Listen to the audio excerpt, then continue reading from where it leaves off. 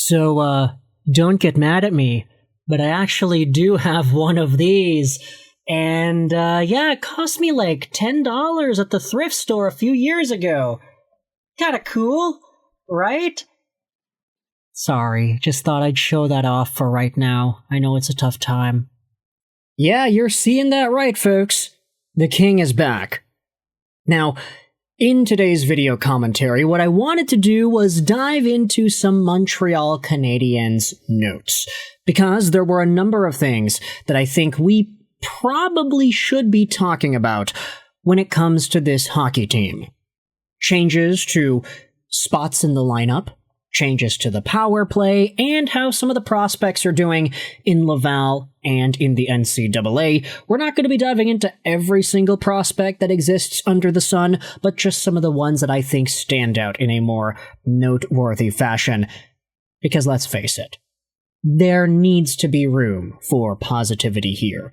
And as folks on the Montreal Canadiens subreddit are pointing out, there is a lot of negativity and toxicity within a good portion of Montreal Canadiens fans. Just on Reddit, on Facebook, on Instagram, the comments, I mean, we've known this, right? It's a tale as old as time itself. The internet can be ruthless.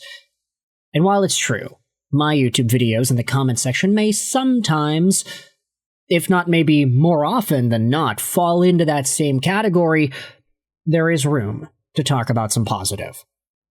But that's not technically what we're going to be starting this video out with here, because I wanted to refer to a tweet posted by Stu Cowan yesterday.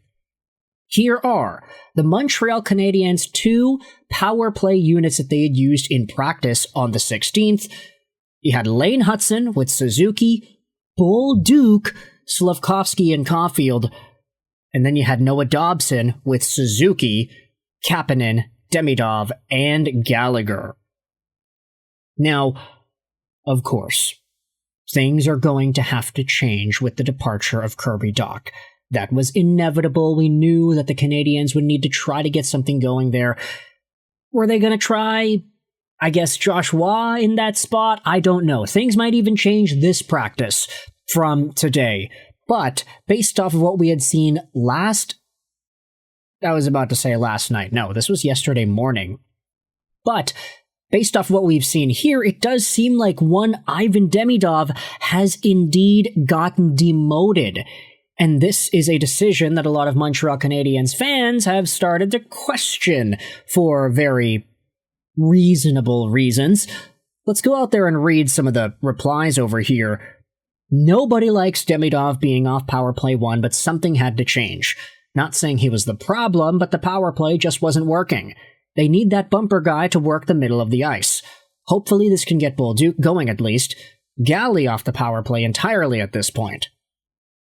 Replace Gallagher with Evans, and yes, even though he is on the PK, he has better puck possession, can make a good pass, or use Anderson to be in front of the net. The Habs should call their power play units Alphonse and Gaston in honor of those 2 dopey cartoon characters, because it won't matter who the Habs have on the power play if they spend 99% of the time on the power play passing the puck back and forth to each other. Now, I guess there are a number of other conversations that we can dive into here. Maxime Lalancette said the problem is not Demidov, the problem is Slavkovsky and Caulfield not being in the right spot. I mean, look, there are a number of things that we can discuss when it comes to the power play. Martin St. Louis said he didn't want to talk about it and that they just will be better later on, so we'll see what happens when the Montreal Canadiens face off later on, but yeah, Demidov's off the top power play. Let's get into some actual positive news, though. I said we'd start positive.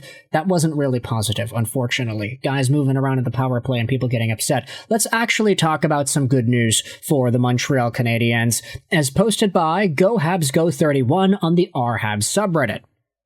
Take a look at this. Jacob Fowler, Habs goaltender prospect, recorded his 3rd shutout of the season for Laval. He is now 6-3-0 with a .201 GAA and a .924 save percentage. Are you looking at this right? Are my eyes deceiving me? Does Jacob Fowler legitimately have 3 shutouts in 9 games played? Well, let's check Elite Prospects and take a look at what his profile looks like over here. Let's move this over to the left side. And there you go. Jacob Fowler does indeed have 3 shutouts, a .924 save percentage, and a .201 goals against in 9 games played. He's 6-3-0. The most recent shutout he had was against Providence with a 26 save performance. He also had a .920 against the Springfield Thunderbirds, a .926 against the Hartford Wolfpack, and a .947 against the Rochester Americans. Yet another shutout against the Lehigh Valley Phantoms, and then a .935 against the Utica Comets. The worst game he has had all year was the .750 game against the Belleville Senators, but you also had yourselves a shutout against Abbotsford and an .871 to open the year against the Manitoba Moose. So, Jacob Fowler's doing pretty well. And I think for a lot of Canadiens fans who might be frustrated with Dobeš and Montembeault, there will be, not saying there should be, but I'm saying there will be at least some fans debating whether or not Jacob Fowler doing this well in the AHL is enough grounds to bring him up as a full-time NHL potential name this year. Now, hold your horses there, people. I don't necessarily think that's the way the Canadiens should handle their business. I'd probably prefer to see Fowler stay the entire season in Laval. Just let Dobeš and Montembeault do the thing. Like, even if they're not the best, they're fine. You don't need to rush Fowler. You don't need to put him in a vulnerable spot by throwing him into the NHL right now. And you can say the same thing about this other Montreal Canadiens prospect. Let's also dive into David Reinbacher. 21 years old, 194 pounds, 6'2", right-handed D-man. And this season, Reinbacher has 2 points in 7 games played. On pace for about 18, which is not particularly amazing, but you have to remember just the situation that this guy had with the injuries and how he was a top pick and how a lot of the expectations for Reinbacher were that he would be some sort of a Mo Seider type.